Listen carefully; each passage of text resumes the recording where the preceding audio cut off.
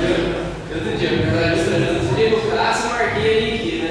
Tá louco, mas tá bom, né? Bom, então, hoje, nessas profissões, a gente vai falar sobre a área de Direito e de Administração. E hoje, para estar aqui falando um pouquinho com a gente aqui, né, nessa sequência está o Cássio na área de Direito. Vou chegar aqui, por favor, Cássio e Marquinhos, pedir para eles se sentarem aqui.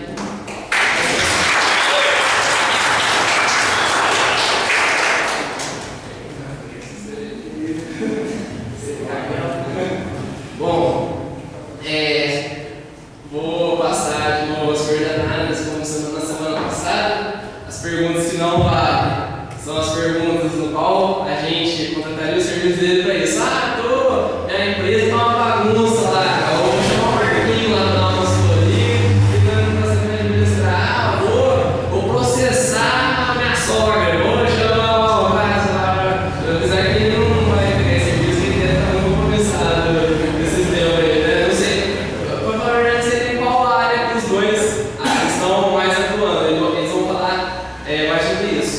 E agora, para começar, vou pedir para eles se apresentarem aí, falar quanto tempo estão no ramo aí, o porquê escolheram fazer o direito de administração e qual área do direito e da administração que eles estão atuando aí, ok? Aí é só vocês se apresentarem dessa forma e depois a gente já abre as perguntas já. Certinho? Obrigado. Primeiramente, boa noite a todos. Meu nome é Cássio Henrique Turati. Bom, sou advogado. Me formei em 2001, mas não advogo desde 2001. Praticamente eu voltei para o mundo do direito em 2009. Tá? Desde então, como eu me formei em 2001 e me afastei totalmente, quando eu retornei para o direito, eu tive que começar do zero. Não tive que me adaptar, atualização novo, porque tudo muda a todo momento. Então, praticamente advogando, realmente, eu estou desde 2011. Primeiro eu voltei, adquiri conhecimento novamente, em 2009 eu fiz 2 anos. Tá? A área que eu atuo, a área criminal, a área civil e trabalhista. Porque no interior, o advogado tem que não. É muito difícil se especializar numa cidade pequena, que seria o ideal. O básico é isso. Tá? Para quem não sabe, o presidente está É muito difícil. Osso não é fácil. Estou atualmente no mandato de 3 anos, 2013 a 2015, diante da OAB da subseção de Andradas, junto com os colegas do Terceiro, e outros colegas, com os bastidores da profissão, que é o desafio também. É isso. Boa noite a todos. Queria agradecer o convite de estar aqui hoje, falando um pouquinho da minha pessoa, um pouquinho da profissão que eu estou hoje. Tenho 26 anos, eu trabalho na Neufai de Pinhal. Trabalho com o sistema de gestão da qualidade de Pinhal Jacutinga e agora abrindo uma fábrica satélite em Mocó. E também dou alguns cursos técnicos lá de instituição do Pinhal, os cursos mais da área voltada à gestão, contabilidade, logística e administração mesmo. Eu sou formado em administração, fiz o bacharel, licenciatura, tenho especialização em engenharia de produção e faço mestrado em engenharia de produção também. Eu trabalho desde os 15 anos, comecei com um pouco de contabilidade. Não estava muito estudando ainda no escritório perto da minha casa, na São João. Depois eu comecei a entrar na faculdade e consegui entrar no Neufai por um estágio. Aí eu entrei como coordenador de produção, depois eu fui ouvidor interno na fábrica de Pinhal e agora no sistema de gestão da qualidade mesmo, que é uma das sub-áreas da administração. Tá? Então, mas é isso, já faz 11 anos já que mexo com a administração mesmo, trabalho mais focado na área.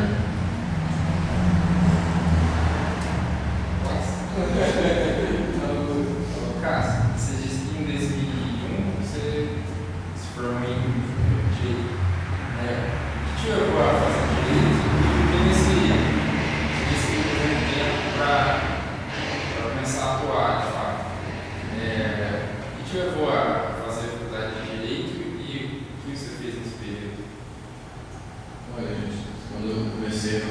jeito. A minha família não, meu pai também. Mas eu tenho vários tipos de advogados aqui na cidade. Então, um deles em especial eu observava desde sempre. Trabalhei no escritório, na parte de contabilidade na época, quando eu era adolescente. Mas eu não imaginava como advogado. Trabalhei na área de informática, no design gráfico, web, muito familiarizado com isso, trabalhei muitos anos com isso. Tá? Mas na época não. Então, na época, o que eu pensei na época? Eu vou com uma coisa que não muda muito. Hoje eu não tinha noção nenhuma. Eu acho que serve bastante para vocês. Uma área que não muda muito. Ler muda toda hora, coisa de louco. Né? Então eu fui meio segundo. Primeiro eu observei os familiares que atuavam na área, mas sem muita noção, eu nem sabia. Não tinha noção na época. Eu falei, mas então eu vou optar por isso aqui que muda pouco. Então a decisão foi nesse sentido, meio sem saber o que fazer. Naquele momento foi isso.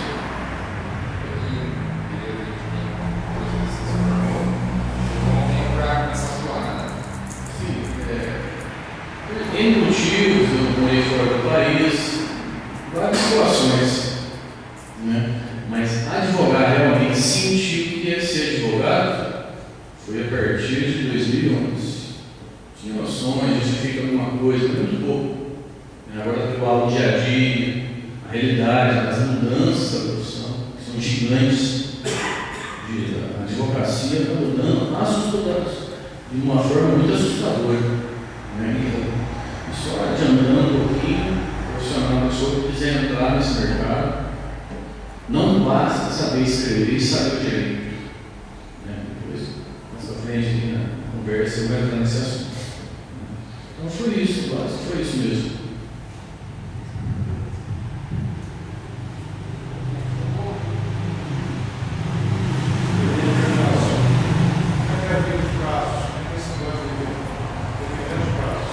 Boa pergunta, terceiro. O prazo é o tormento do advogado. O prazo é o tormento, tem três aqui. A gente vive do trabalho. Por exemplo, pegar o exemplo, chegar aqui na realidade nossa, as publicações, né, que são os comunicados jurídicos, os comunicados oficiais, que é o ponto de partida para o advogado começar a trabalhar, a atuar, porque o processo é composto de atos. Um ato, dois atos é um caminho, do começo ao fim. E cada ato tem um ato que chama publicação. E essa publicação é o ponto de partida para você cumprir aquele ato. Por exemplo, você apresentar um documento, você chamar uma testemunha para conversar com o juiz, para simplificar a conversa. Se você perdeu o prazo, perdeu, acabou. Quem vai ser o prejudicado? Primeiro lugar, o cliente. Você vai estar colocando a pretensão do cliente em jogo, perdeu. Em segundo, o nome do advogado. Você vai construindo um nome, uma imagem, e de repente você perdeu um prazo, isso é gravíssimo para o advogado. Né? Uma das coisas que não pode acontecer, perder o prazo. E é difícil você vir escravo. Você não tem sábado, você não tem domingo, não tem feriado. O prazo é uma das questões mais problemáticas para o advogado. Né? E judia muito do profissional, no dia a dia.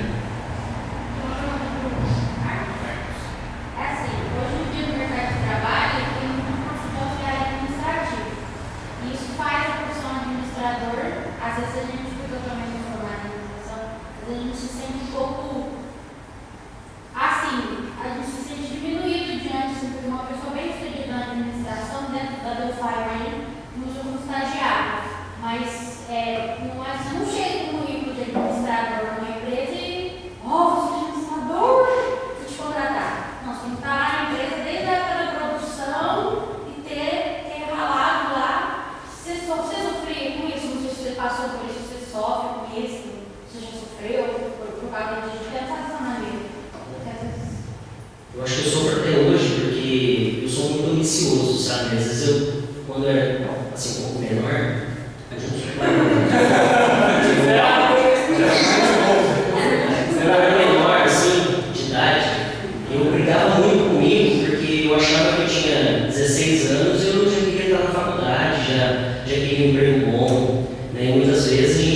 aceita um pouco, né, tem uma posição como que você está falando, né? Eu sou assistente administrativo.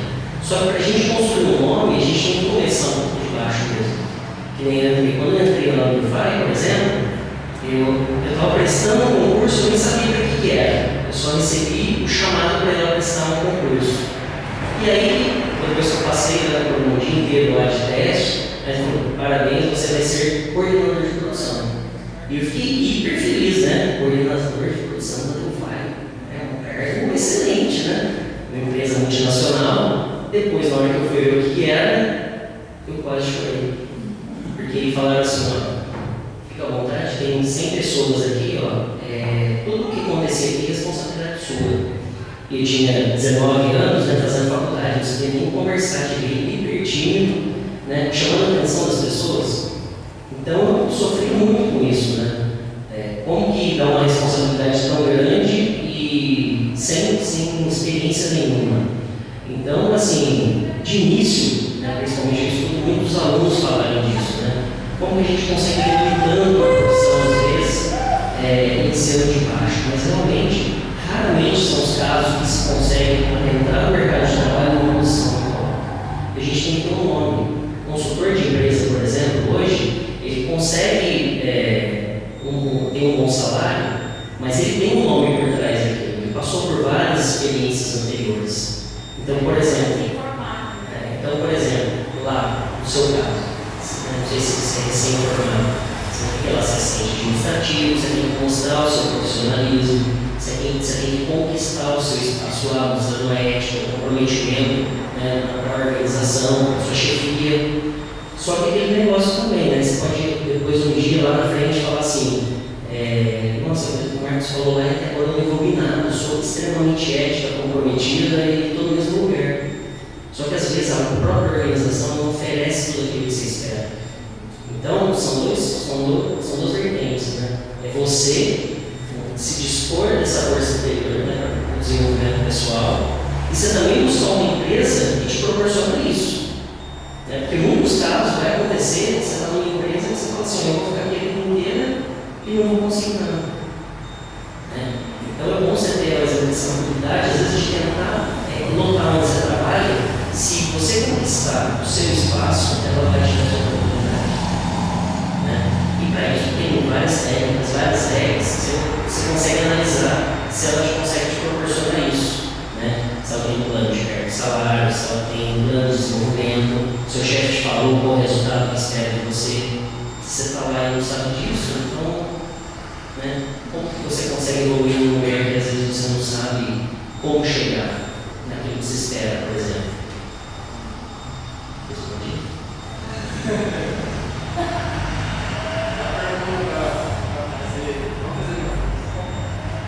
Vamos fazer por caso.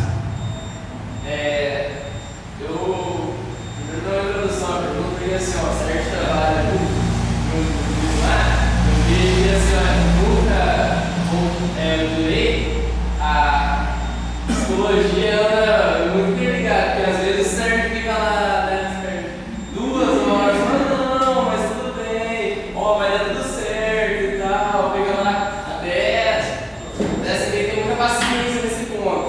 Então, para você fazer uma resumida aí, qual seria, no caso, o perfil de um profissional da área de direito, por exemplo? Não pode ser uma pessoa que chama muito por uma pessoa que. Boa pergunta. Não, é assim.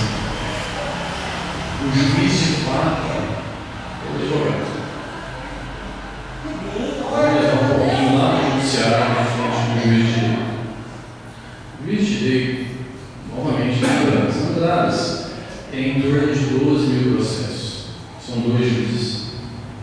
Quanto tempo vocês acham que um juiz vai dar atenção para uma pessoa, para o problema, para o seu problema?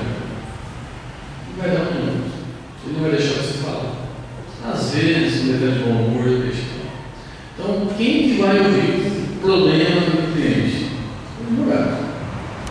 Quem que vai ouvir toda a história, do começo ao fim? Vamos pegar um caso de família, por exemplo, um divórcio. Chega lá no escritório, mulher, uma coisa, marido, aquela lá no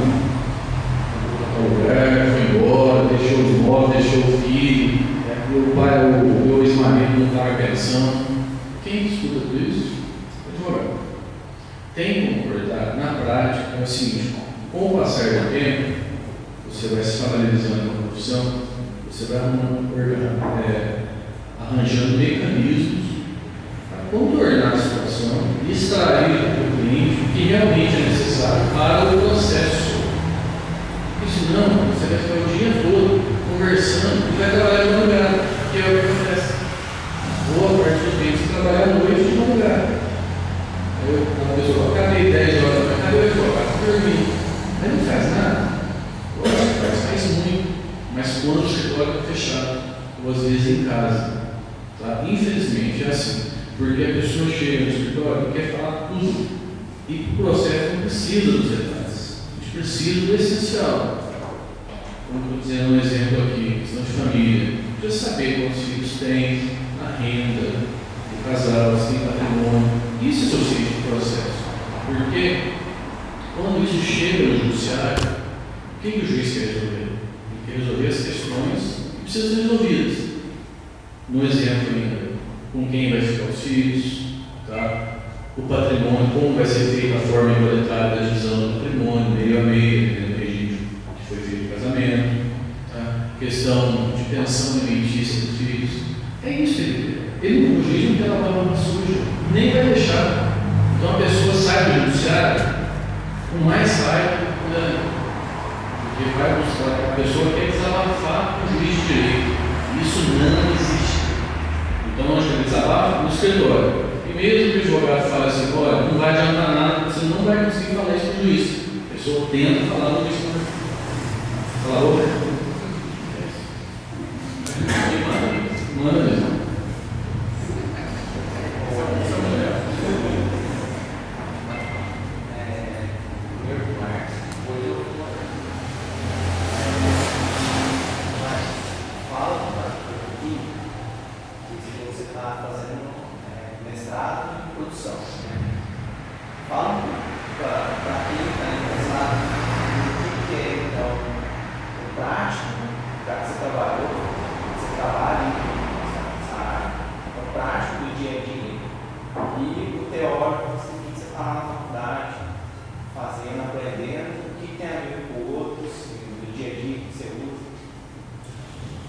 Assim, no caso, a aplicação muito da administração, e a administração dependente da área que você atuar, você sempre vai usar a administração, até mesmo na sua casa, concorda? Você tem que, né, às vezes aguentar a namorada, às vezes a sua mãe falando, então você tem que, por exemplo,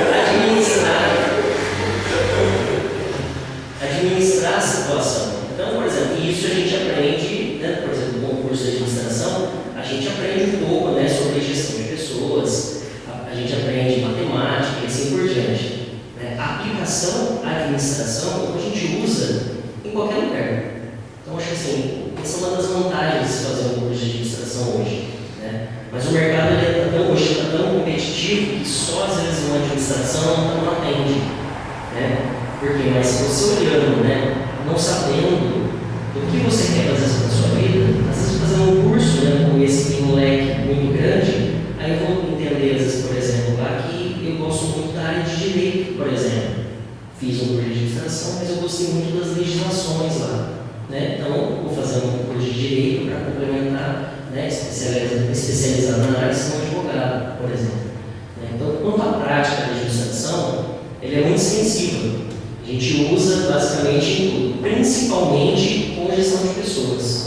Né? Eu acho que o foco hoje, né, é um dos desafios, né, não só do profissional para se destacar hoje, é lidar com pessoas. Né? Porque independente, por mais que você não goste, você sempre vai ter um chefe, né, para conversar, às vezes vai te criticar, você tem que saber agir com ele, você sempre vai ter pessoas do seu lado que trabalham o dia inteiro, né, só reclamando da vida.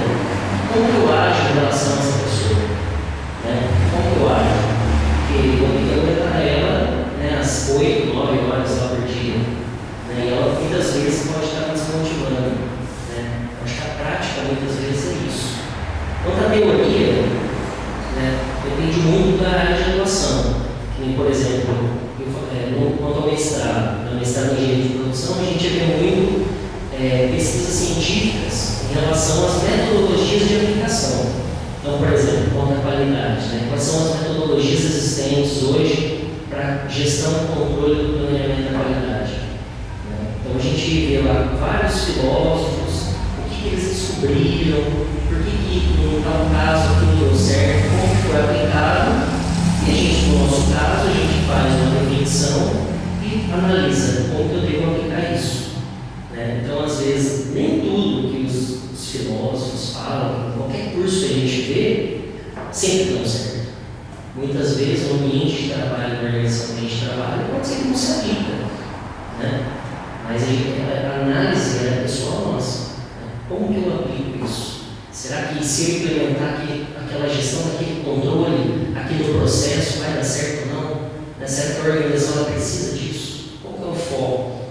Né? Então, quando a gente faz por exemplo, uma graduação, um nível de pesquisa científica, é muitos estudos mesmo, né? Que é vários casos que deram certo, a aplicação dessa ciência, né? E a prática é esse entendimento nosso, né? Eu, profissional, no meu caso, analisando o que a ciência fala, como que eu aplico no meu entendimento. Né? Por exemplo, a gente vê lá, como que eu aplico tal ferramenta, né, no sistema. Então, por exemplo, eu vou informatizar a área de departamento pessoal da minha empresa. Só que às vezes eu posso estar dando resultado sem essa aplicação. Será que eu necessito disso? Será que com os métodos aqui existentes, será que já não está ótimo? Ou será que qual ganho que eu vou ter aplicando isso? Né? Essa reflexão que a gente tem que fazer como profissional. Tá? Mesmo falando que sistemas informatizados é sempre melhor que o mecanismo humano. Entendeu? Nem sempre. Né? A gente tem que avaliar. Certo? Eu fiz uma pergunta dos dois. É a parte boa e a parte não pode. O que vocês consideram como a melhor parte da sua profissão e a pior parte? O que mais te dá prazer em trabalhar, o que mais te dá desgosto?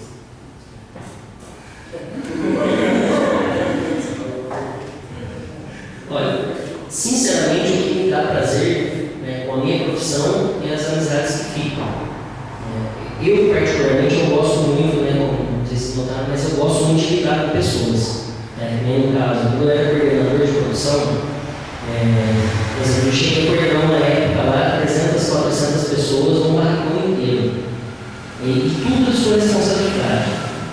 Então, só que o desafio que fica não é a responsabilidade de tudo isso, mas é o que as pessoas vão falar de você depois que isso acontecer. Eu penso, por exemplo, no meu caso, eu quero um dia cruzar com uma pessoa que eu fui coordenador na rua e me cumprimentar. Para mim, essa é a minha satisfação. Se uma pessoa com quem eu trabalho lembrar de mim pelas boas coisas que eu fizer, eu já fico feliz. Eu não quero ser aquele líder, por exemplo, que passa os anos de final de semana na rua e fala, não, cabeça de calçada, chato pra caramba, fala palavrão, cara, estúpido. Então, acho que o prazer da minha profissão é o que fica da parte boa, né, da ciência humana. Né? Agora, da parte ruim, tem bastante, né? Às vezes, por exemplo, assim, no mercado da administração, se você entra em qualquer site de emprego, é o que mais tem. Né? Só que, teoricamente, é um dos mais baixos, né, hoje na área de administração. Então, você, quem faz administração, consegue emprego fácil hoje no mercado. Só que, quanto ao salário, é muito difícil almejar, é o que ela estava comentando. Né? Se você fez um curso de administração, tem vários empregos, né? Às vezes ela vai é assistente, é um auxiliar de alguma coisa, né? Que provavelmente também é administração, só que isso incorpora dentro dos primeiros salários lá mais requisitados. Né? Eu acho que, no meu caso, tem muita gente que tem uma posição, às vezes, boa e hierárquica numa empresa e não é pago daquilo que ele realmente merece. Né? Então, acho que essa é uma desvantagem. E agora, uma outra desvantagem pode ser, que nem um exemplo, estar nessa profissão e realmente não gostar daquilo que faz, por exemplo. é não gostar de fazer gestão de pessoas, por exemplo. Porque querendo ou não, você vai ter que escutar a gente chorando o dia inteiro, né? Eu estou passando fome, eu larguei meu marido de uma criança, preciso de férias, mesmo que o chefe me dá, né? Você tem que estar afim de ouvir isso, por mais às vezes seja difícil a sua vida, né? O papel do líder é muito difícil por causa disso, porque não é só as dificuldades da pessoa que fica. Todo mundo tem problema, né? Então, se você somar o seu problema com o dos demais, pesa um pouco. Só que você tem que gostar. Então, a partir do momento que você pisou na empresa, por exemplo, você tem que fingir que nada daquilo que você tem de problema que existe, né? Como se fosse fácil falar assim, né? Mas isso é uma série de requisitos, é série de treinamento, de insistência para a gente conseguir isso. Porque é bem complexo.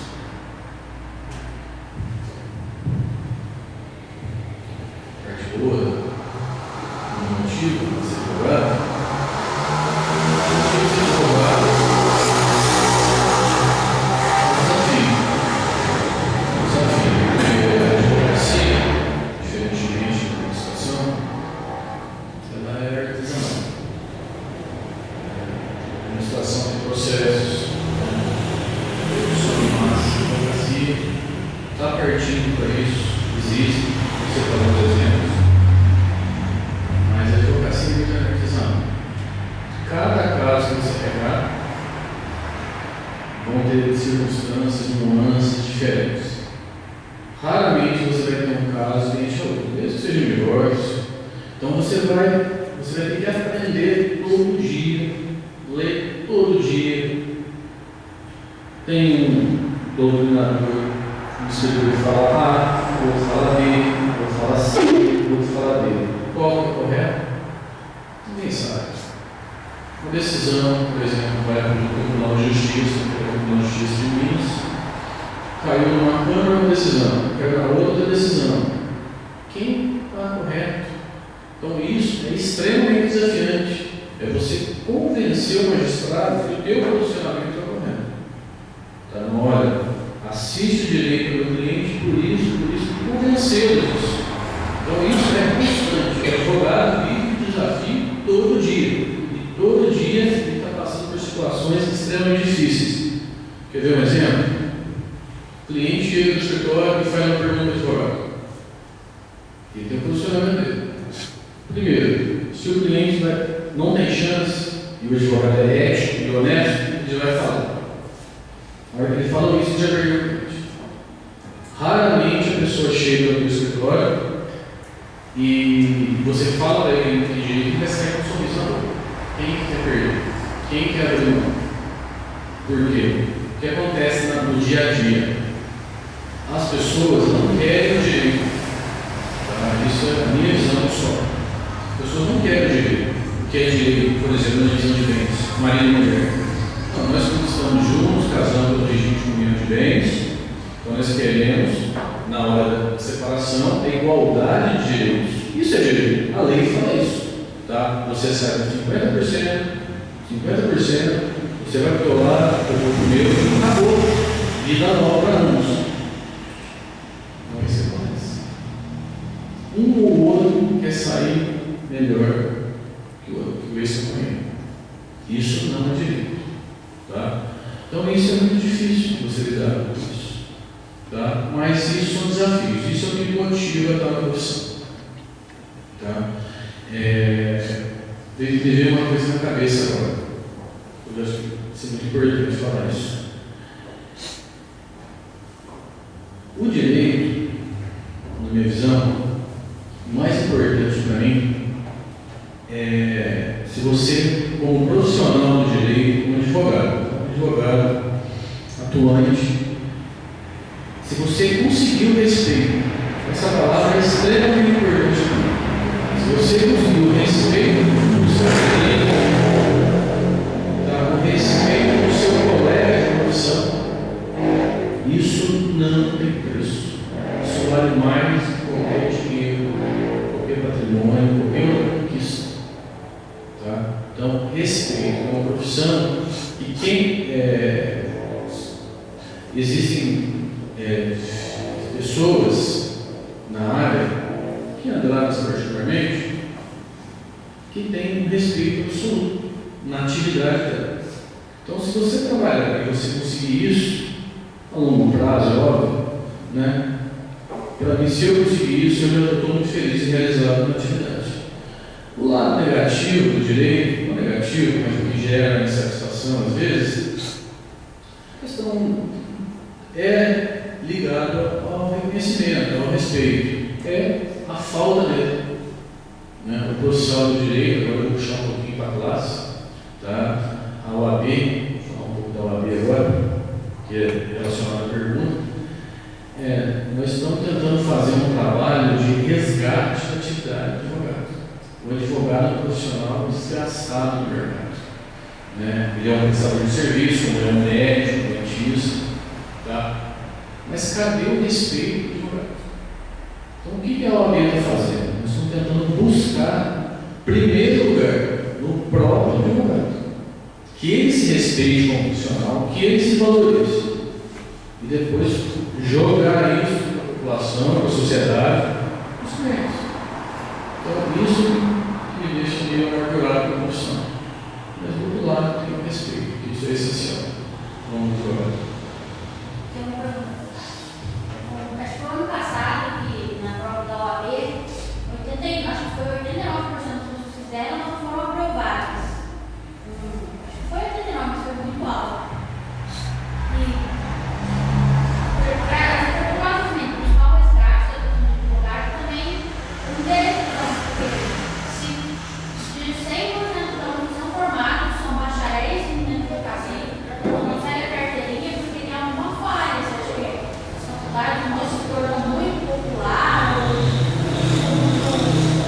ou comum, ou precisa de algo além disso para realmente voltar a sair do direito, algo que realmente vai ser mais valorizado, tanto pelos alunos, porque passar na televisão deve ser vergonhoso para quem já tem uma carteirinha igual aqui, porque de 100%, 89% não conseguir, é porque está muito falho, está muito ruim.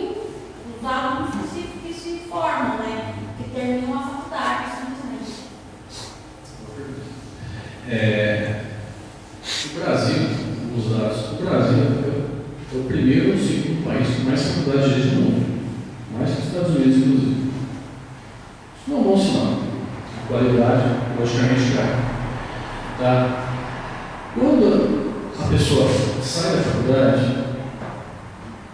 vamos supor, a pessoa que estuda à noite, por exemplo, a pessoa faz faculdade à noite, ele não tem uma formação boa. E a OAB veio de 2000 para frente, 2004, 2000, 2001, me recordo, eles vieram dificultando a prova. Mas não é uma prova impossível de passar. O que acontece é que você disse mesmo, não tem informação.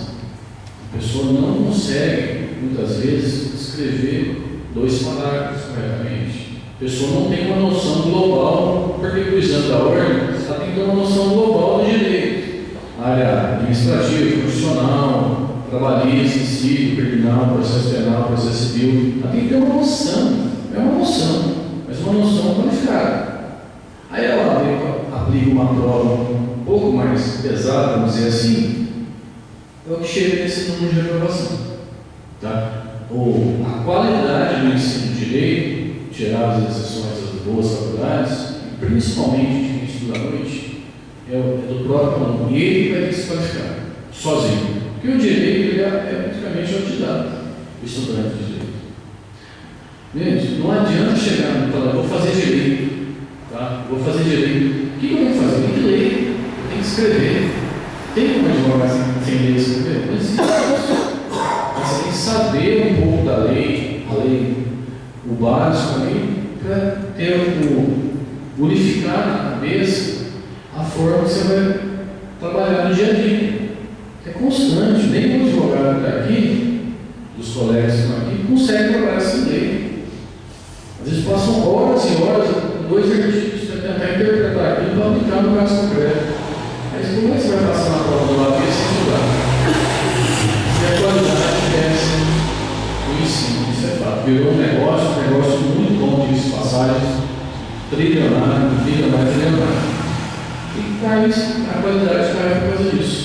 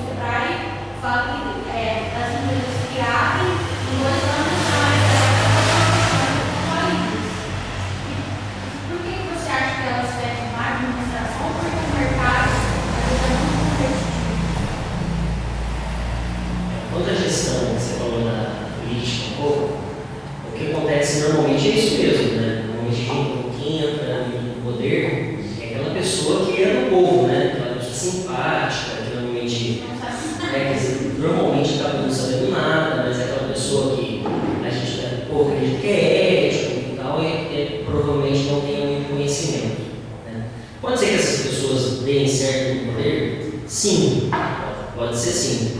Então, existe a necessidade, pelo menos, eu acredito, no meu ponto de vista, dentro da política, você tem pelo menos um pouco de entendimento a respeito do assunto, né? Do que se trata. Como que às vezes eu como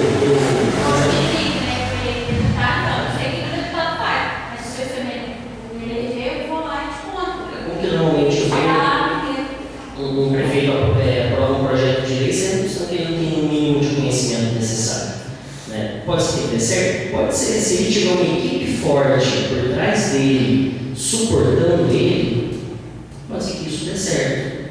Só que normalmente o que acontece é que a pessoa ela já não tem esse conhecimento muito da administração, né? E acaba fazendo isso. Um pouco de caso que aconteceu em São João, há um tempo atrás era isso.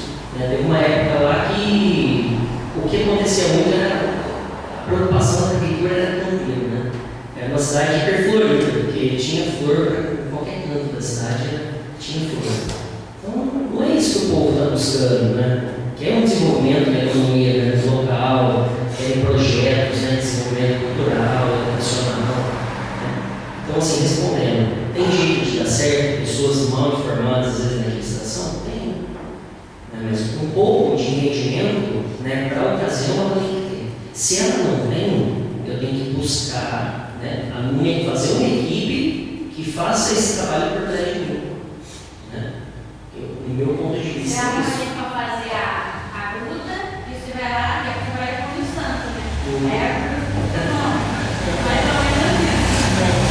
Agora, quanto a outra pergunta que você fez na abertura de empresa. Hoje, realmente, essa pesquisa do Sebrae mesmo, né? Quase que 70% das empresas elas fecham o seu primeiro ano de duração. Elas não conseguem fazer aniversário, né? Já estão fechando.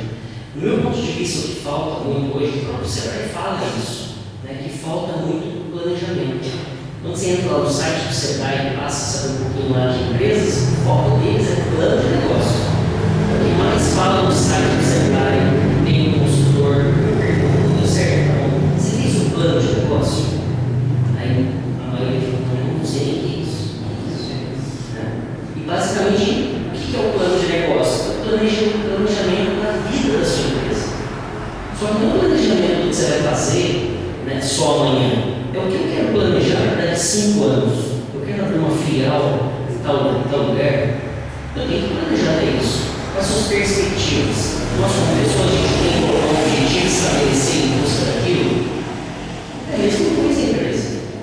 Então, o papel do administrador é planejar. A primeira tarefa do administrador é planejar. Muitas vezes hoje, muitas pessoas elas olham, identificam uma oportunidade no mercado. Eu acho que fazer uma padaria aqui na esquina é viável. O que ela faz? Né? Às vezes por falta de conhecimento mesmo.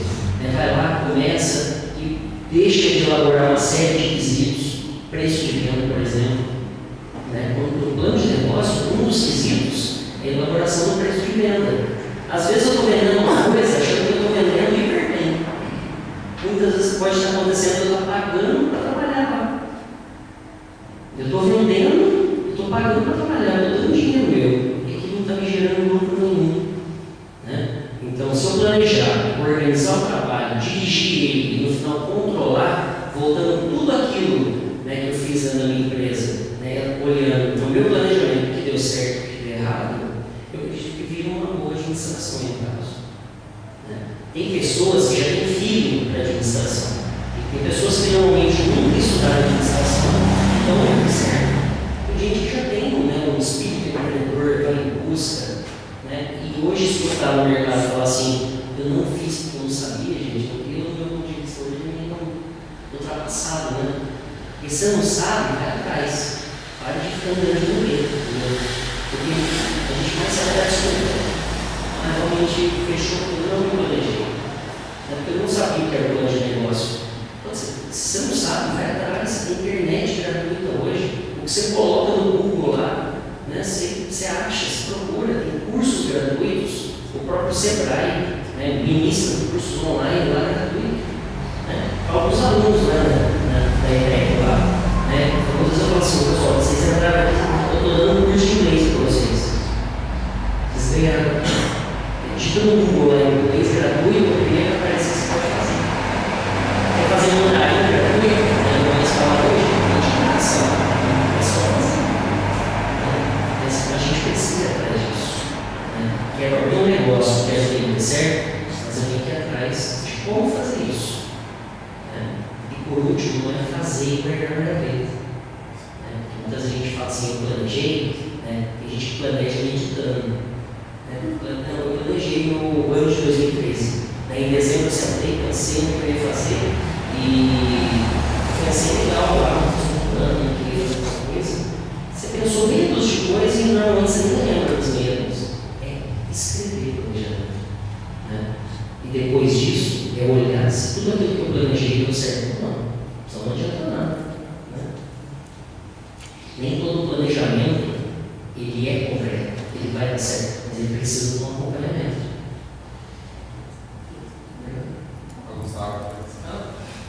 Eu queria perguntar para o Cássio, que no começo ele falou que ele atuou nas 3 áreas e tal, mas se ele pudesse escolher uma para se especializar em atuação naquilo, qual seria? Por quê? Eu sou um cara bem teimoso, sabe? Eu insisto em misturar tudo isso. Um erro terrível, terrível, confesso isso. Terrível, porque você não fica especialista. Você vai ser um generalista que na hora que você pegar, você vai sofrer muito. Você vai se judiar na atividade que você escolheu. Por quê? Estamos estudando áreas, cada área tem um universo, tem um mar de informação, toda hora muda jurisprudência, julgado, decreto, lei, muda todo o tempo. Você não consegue ficar atualizado aquilo da área X ou da área Z. É isso. Então, o ideal, uma área só. Eu já tenho dificuldade de definir qual área. Por quê? Porque eu sou teimoso, como eu disse no começo. Mas uma área que me atrai muito é o trabalhista. Me atrai bastante. Tá? Mas é impossível no interior ficar com trabalhista, uma área só. E pegando um gancho na pergunta, como eu disse, o ideal é definir uma área, se possível, aquele que pretende fazer faculdade de direito, se especializar numa determinada área. E principalmente, em administração se fala muito, tem um tempo atrás, Oceano Azul, tem esses termos, Oceano Azul, né? Ou seja, você navegar onde não tem muitos concorrentes. Então, achar nicho de mercado. Também direito, mistura, tem 8 advogados que sabem administração, arte jurídica, mistura tudo isso. Tá? Senão ele não sobrevive no mercado. Mas abrir uma portinha, colocar a plaquinha lá, advogado, mesinha, quer ficar atrás da mesa, esquece, está fadado, vai fechar, vai sair do mercado. O mercado mudou. Áreas novas, tem inúmeras áreas interessantes. Eu me deparei com uma área nova, estou buscando, estou analisando, fazendo um plano de negócios, também no direito, que é a área de direito médico hospitalar. É uma área nova, uma área pouco explorada, não tem curso por aqui, mas também tem internet, para fazer pós-graduação, analisando esse caminho. Outras áreas de informática, lembradas não, tá? Tem que sair, porque como vocês jovens, se for para essa área, tem que sair de quebradas, é impossível essas áreas quebradas. Direito de informática, direito esportivo, hospitalar, interessante, pouquíssimos profissionais atuam na área, responsabilidade civil, que são danos, uma coisa muito, isso tem que eu falar muito hoje, danos morais. Isso veio lá dos Estados Unidos, uma febre louca nos Estados Unidos na década passada. Veio para o Brasil, todo mundo quer tirar o dinheiro de alguém. Telefonia, qualquer área. Comporta esse direito, a responsabilidade civil, danos morais comporta, desde que tenha realmente um banheiro do dano. Agora, pessoal, muito que a gente vê, vou citar um exemplo prático. Inúmeras ações no judiciário correndo, por um negócio que eu concordo com os juízes, pessoas sofreram um aborrecimento do dia a dia. Por exemplo, você queria cancelar uma linha de telefone, Você ligou para a operadora, não conseguiu. Vai no judiciário com ação de danos morais. Pô, peraí, gente. É aborrecimento de dia a dia. Então tem que tomar muito cuidado com essas situações. Essa é uma área interessante, uma área que tem muito trabalho também. Então, se procurar sair um pouquinho fora das áreas tradicionais, que é a que a gente convive em quebradas: direito civil, trabalhista e criminal. E previdenciário também tem. Então, são essas áreas. Procurar um espaço no mercado nesse sentido, áreas novas, pouco exploradas. Tem bastante gente que tem ideia legal, empreendedor, mas por falta, sei lá, de conhecer o mercado, às vezes não tem dinheiro e imagina que é impossível conseguir um negócio. Você entende que é possível começar um negócio sem ter dinheiro próprio? Eu entendo que é possível. Hoje, a Caixa Econômica Federal, existem várias instituições que incentivam isso. Até mesmo o próprio Sebrae incentiva vários financiamentos assim, para abertura de empresa. É um risco. Que nem no caso, eu quero abrir uma empresa e não tenho dinheiro. É um risco. Porém, se eu tiver certeza que lá tudo volta para o plano de negócio, se eu fizer um estudo de viabilidade no mercado e eu conseguir identificar que aquele mercado que eu quero é ideal, ele vai me trazer retorno, porque o estudo de viabilidade vai me mostrar isso, a carência daquele ramo ali, naquela localização, possivelmente ele vai ter retorno disso.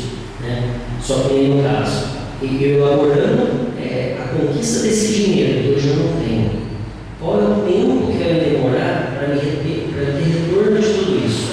Então eu tenho que pagar, eu consegui conquistar dinheiro, abrir a empresa, só que eu tenho que devolver o dinheiro, eu tenho que pagar isso. Ou quanto tempo isso vai me durar? Será que com o que eu ganhar, minha projeção de lucro mensal, ela tende a devolver esse retorno financeiro e ainda atender as minhas necessidades pessoais? Entendeu? Então tudo tem que ser analisado. Hoje é possível? É possível. Só que tem que ser bem estudado, bem elaborado. Essa análise de viabilidade tem que te mostrar isso. Mas às vezes a responsabilidade tem que fazer certo, que vai fazer usar. Acaba pesando. Você tem que.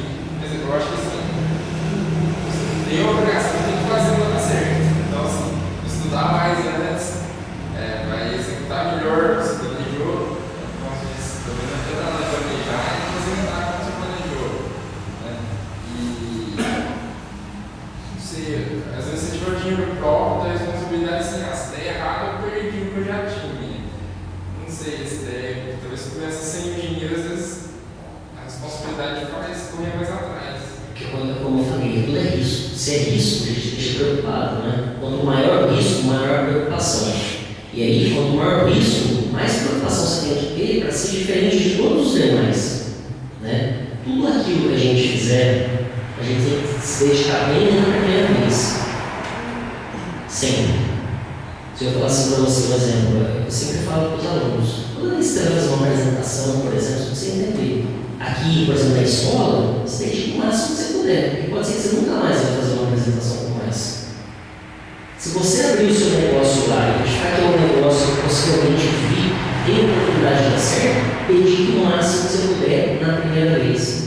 E pode ser que você não vá ter uma outra oportunidade assim. E você não se dispôs de toda aquela vontade, de achar como que eu poderia ser diferente. E depois que, nossa, se eu tivesse feito aquilo, eu poderia ter sido um pouco mais feliz no negócio. Por que você não viu isso lá atrás? Lógico que algumas coisas vão aparecer posteriormente, mas a ideia principal aparece à medida do que a gente se doa pelo negócio. Então, juntando o risco com a vontade de dar certo, de ser empreendedor, de ser proativo, de querer buscar, isso é possível. Quantas pessoas hoje não conquistaram isso? É uma história que aconteceu até no Fantástico há pouco tempo, aí, coqueiro, no Paraná. Ele tem um carrinho de pipoca, e super simples lá, só que ele tinha umas manias mais diferenciadas que outros não têm. Ele tem uma roupa que ele usa por dia, Como você vê isso? Não, como eu tenho que mostrar ser um profissional limpo, na minha roupa está escrito o dia da semana. Então, essa roupa está escrito segunda, aí tem uma na terça, uma na quarta, uma na quinta. Ou seja, eu estou mostrando para o meu cliente que eu sou uma pessoa, né, higiênica. Pelo menos eu estou mostrando que eu consigo trocar de roupa todo dia. Né? Diferente de outros demais, né? Eu acredito.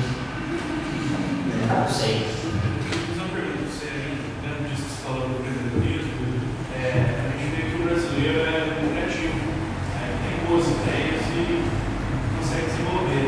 Qual você acha que é o principal motivo de 70% das empresas, além da falta de planejamento, a falta de dinheiro também? Qual que é a importância disso aí nos primeiros 5 anos do negócio? Porque você vê que, apesar de ter a taxa de poder investir, desses pagamentos, a gente encontra muita dificuldade de conseguir esses financiamentos quando você não tem um respaldo de patrimônio mesmo. E assim, a gente ouve algumas histórias que você fica, nossa, como que isso é viável? Por exemplo, a Ibai Batista, quando você vê que ele conseguiu um empréstimo de $500 mil, quando ele tinha 19 anos. Então, aí a gente tem um exemplo do cara, só que a gente sabe que não dá para fazer, não dá para você colocar tudo em prática, por mais que você tenha planejado o seu negócio, sem dinheiro. Então, tem que saber qual é o desafio para a gente conseguir dar espaço aí. Certo. Até mesmo porque o Ed Batista ele tem uma empresa por trás dele, né? Ele tem muitas influências que traz a informação para ele no mercado financeiro. Né? Quando ele começou, né? Só quando ele começou, ele já tinha já. $500 mil do banco, assim, vai demais aqui. Mas assim, uma coisa que fica por trás de tudo isso, mesmo quando ele iniciou, ele já tinha uma série de pessoas já no poder, né, dentro da República, que levavam informação para ele. Né? Muitas vezes isso não aparece, mas ele tem uma comissão muito influente no mercado financeiro, que desde lá de trás te ajuda ele. Né? Agora, quanto o ideal, né, quando a gente vai ter mesmo uma empresa, é ter pelo menos um respaldo, né, de caixa, de capital de giro próprio, né, que dê um dinheiro vivo mesmo. Porque às vezes nos primeiros meses, realmente está tentando demorar, ver o que o cliente está querendo, o cliente vai falar o que ele quer. Né? Então, o ideal, né, toda empresa quando quer iniciar, tem um dinheiro, né, inicial.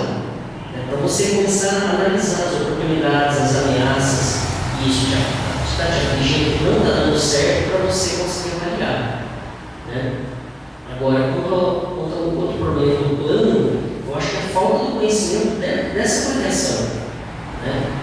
Porque assim, mesmo que eu não tenha feito plano, primeiro planejamento, né, parar, sentar e analisar o que está acontecendo hoje com a empresa é muito importante.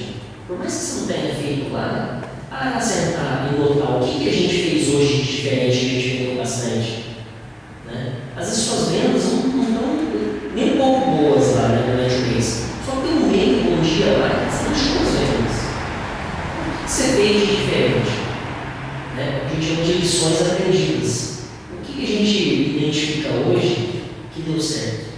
Alguma coisa foi feita. Por que não se estender isso para os demais dias? Então, assim, para administrar não precisa de muito conhecimento, às vezes. Né? Existe mais a vontade do esforço do que do resultado. Porque, teoricamente, o esforço é versus o resultado. Né? À medida que quanto mais você se esforça, teoricamente, a curva de aceleração do seu resultado ela acelera também. Né? Mas quando a gente se doa de entender o negócio, né? A gente tem que entender o que está dando certo, o que é ponto positivo, o que a gente tem que analisar. E normalmente isso tem que ser compartilhado com as pessoas que trabalham lá. Né? As pessoas com quem a gente trabalha têm que se sentir importante.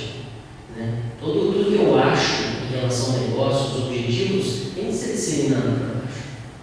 Né? E aí todo mundo, né, em conjunto, buscando resultado. E sozinho a gestão da liderança não vai conseguir.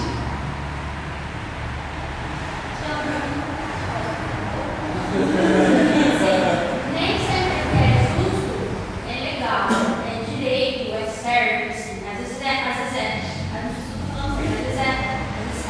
debaixo da lei, É justo, exatamente. Várias coisas. Como que é? Você já deve ter participado de caso que você achou que aquilo não era justo. Ah, eu não acho certo, mas está debaixo da lei, então se a lei está falando, eu também estou só trabalhando com isso. Como que é trabalhar com isso? Você colocar o que você acha, o que você tem o senso de justiça, a tua crença, o que você acha, como que a lei fala que é certo, que você tem que lidar com todos os dias. Tem que fazer uma separação. Tá? Você tem que separar os teus princípios. Você tem que deixar eles para advogar, você tem que deixar até um certo ponto você mantém seus princípios. Você como profissional de direito, como advogado, você pode recusar o caso. Se aquele que for frontalmente contra os seus princípios, você recusa o caso. Mas tem que tomar um certo cuidado, porque o judiciário não é justiça. O judiciário não é justiça. O judiciário é direito, é o que consta na lei. E nem sempre, está na lei é moral. Na maioria das vezes tá? É muito bem feito, a legislação é muito bem feita, tá? Mas no caso concreto, o que você lê é diferente do caso concreto. Dia a dia, por exemplo, um exemplo para ilustrar essa conversa mais simples. Chega no teu escritório um traficante, criminal, chega um assassino, e lá no teu escritório ele fala para você: eu matei, eu trafico, eu vendo droga na cidade inteira. E aí, o que você faz como advogado?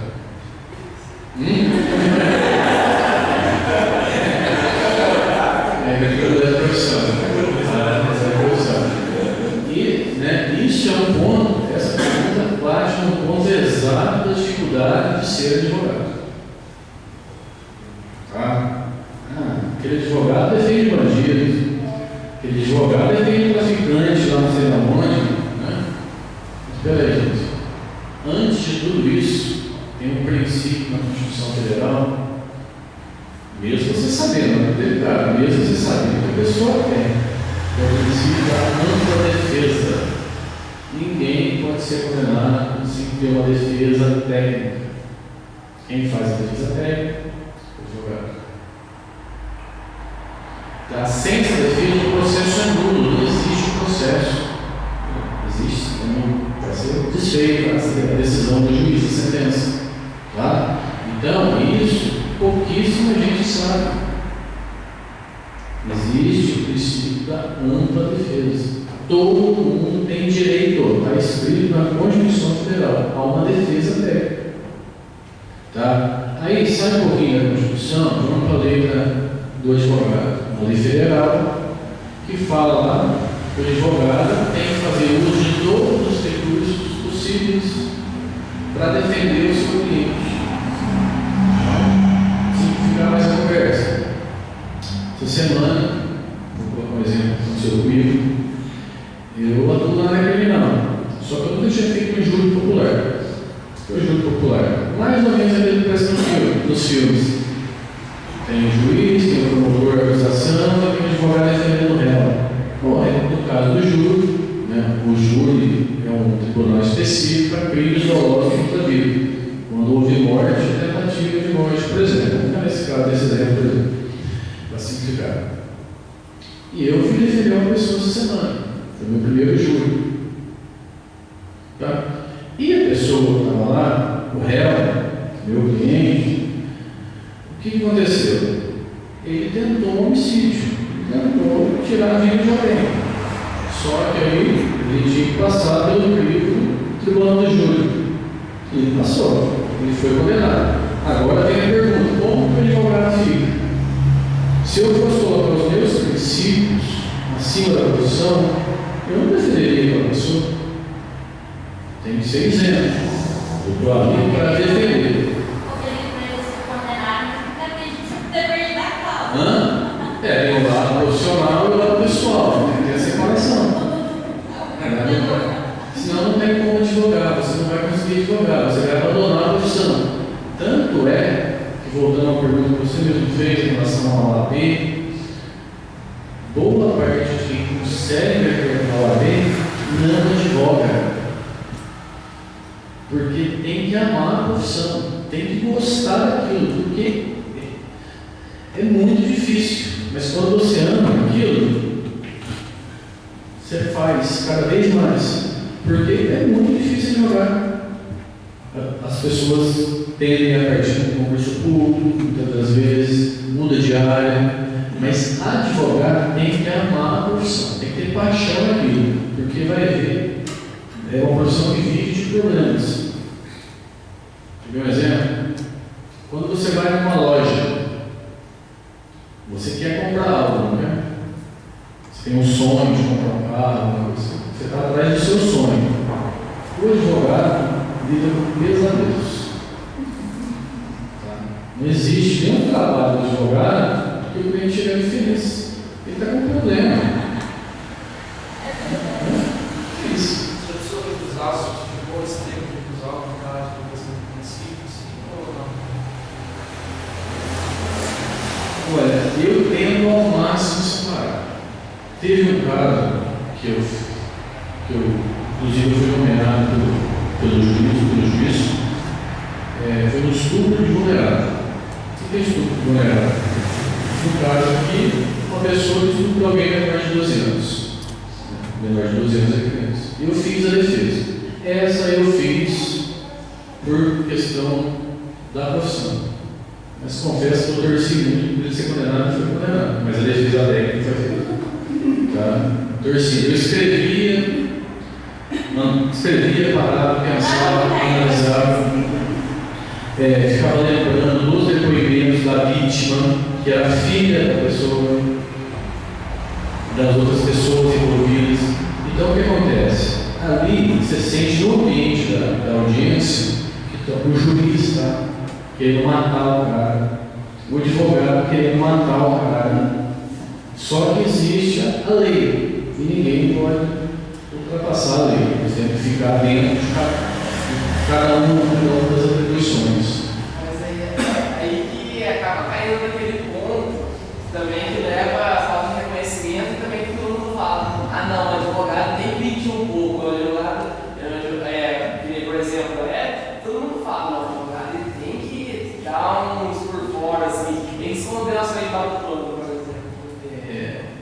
Tem uma coisa, não sei se vocês sabem, em direito, nós estamos falando de direito criminal aqui, o réu, a lei garante isso, o réu é o único que pode mentir à vontade, que não é ilegal, é imoral, mas não é ilegal. Por quê? Ele não é obrigado a fazer prova contra si mesmo, nenhum de nós aqui. Foi uma passagem que eu usei essa semana. Por exemplo, a confissão. No dia a dia, o que é natural? É natural quando qualquer um de nós comete um erro, a gente vai confessar espontaneamente, automaticamente. O ser humano, isso é natural. Ele não vai confessar, vai se defender. Antinatural é a confissão. Então aí cai nessa situação do réu. O réu ele pode se defender com qualquer ferramenta, inclusive a mentira. Está previsto em lei e, como eu disse, é totalmente dentro da legalidade, mesmo sendo imoral. Acho que é perguntar, eu pedi para você falar para a gente um pouquinho sobre quando o joelho faz vacina. Mas você falou alguns operadores do joelho, eu acho que isso fala mais sobre o trabalho do juiz que está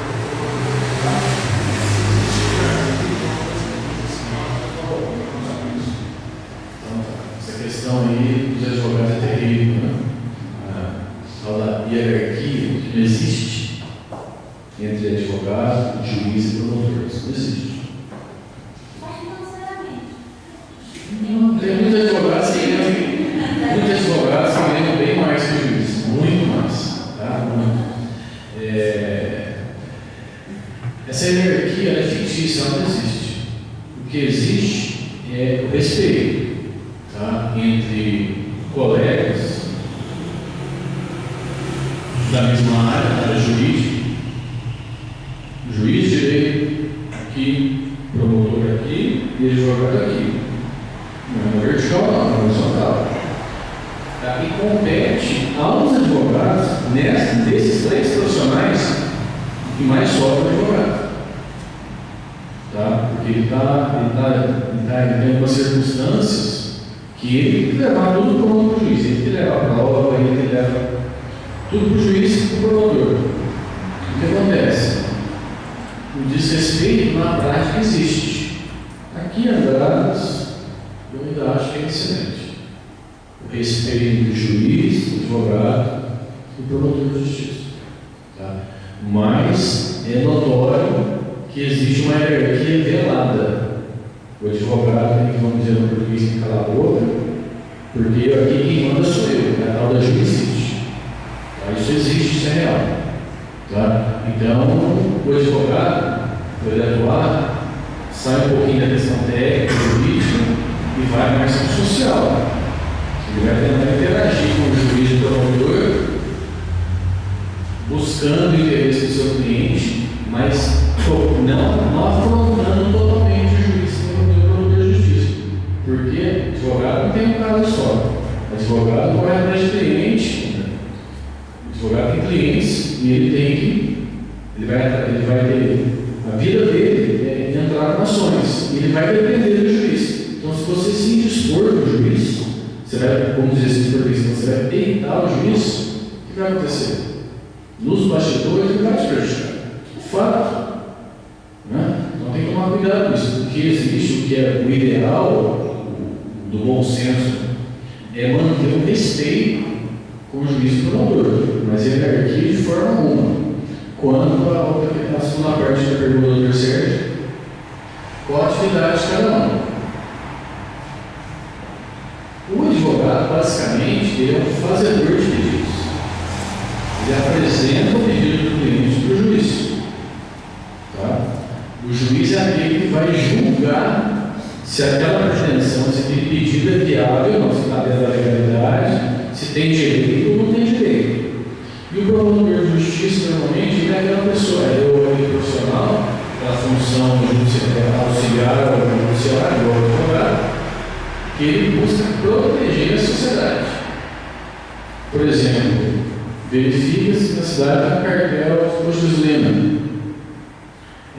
maus tratos animais, questões que envolvem crianças. A função dele, nesses casos, é correr atrás e defender esses direitos coletivos, vamos dizer assim. Tá? E na área criminal, o promotor de justiça é aquele que vai sempre acusar o réu. Essas são as diferenças básicas da profissão, de cada uma dessas profissões. Lembrando que juiz e promotor de justiça são funcionários públicos. Eles devem satisfação ao Estado e satisfação a cada um de nós. Advogado não. Isso é um lado interessantíssimo da profissão. Não deve satisfação a ninguém. É profissional autônomo, senhor de si. Isso é uma grande qualidade da profissão de advogado. Ele deve sim respeito às pessoas, aos clientes, aos juízes e promotor. Mas ninguém manda no advogado. Somente ele. Agora a gente já vai passar para o encerramento já, do horário. E gostaria de mais uma vez agradecer a presença dos dois. E gosto de encerrar elogiando os profissionais que são. E é claro, o Cássio, que recebeu o convite, com a ajuda do Sérgio, que a referência foi muito boa. E a do Marquinho, que é um profissional que eu conheci de perto, que no curso que eu fiz a cada 5 aulas, 8 era ele que dava, ele era o professor. Então, uma pessoa que eu vi que entendia muito da área assim. Então, eu gostaria de parabenizar os dois, o profissional que é, e pedir para a gente todos colocar de pé para que o Sérgio possa fazer uma oração, tanto quanto a profissional dos dois, quanto a vida pessoal.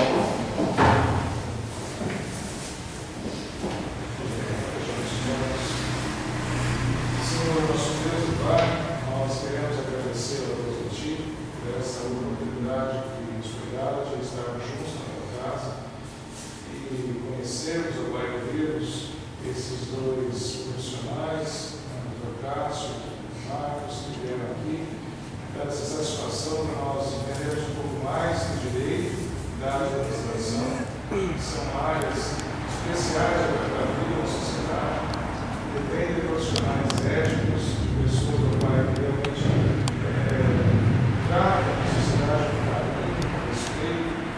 E isso só vai acontecer, Deus, com pessoas íntegras, pessoas que vão contribuir para o desenvolvimento, para o crescimento, para a toda a nação. Nós pedimos as tuas bênçãos, Pai, sobre a vida deles, que se nos puseram estar conosco. Que o Senhor vai nos guarde, Pai, nos leve em segurança e as suas áreas, e tudo que eles fizerem, Pai, continue sendo feito, ó Deus, com excelência.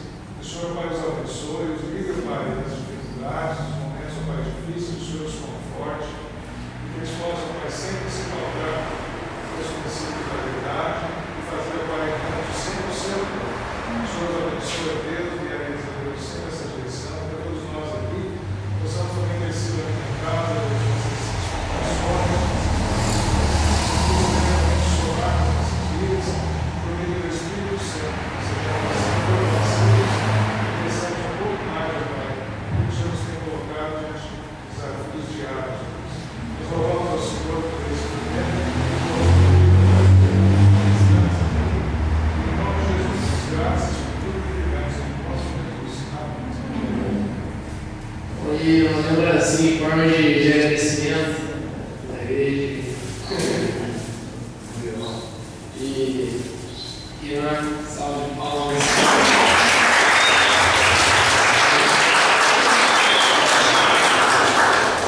E agora, iniciando mesmo, divulgando a semana que vem, mesmo horário, a gente vai estar com fisioterapia e medicina, e devido à agenda da MTV, mas semana que vem vai ter abertura da MTV. Então todo mundo aí bonitinho, cabelo penteado, vai ser televisão, vai ser perfume.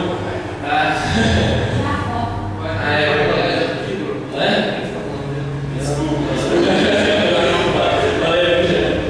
Agora eu já consegui tirar uma foto nossa.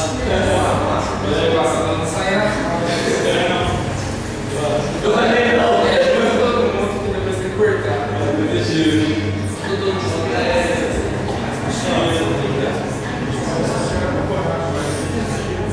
Nossa, é verdade. Antes de encerrar, os palestrantes apresentam suas acompanhantes.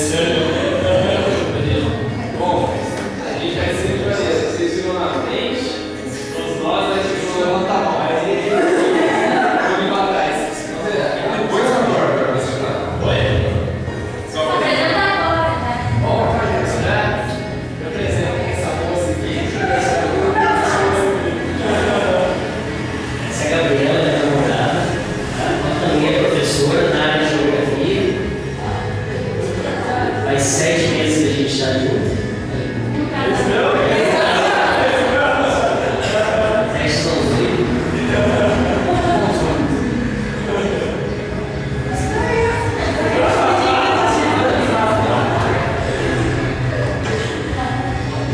Cristiane, treinador, a gente está junto há 2 anos e 7 meses, tá? A gente vai casar em setembro.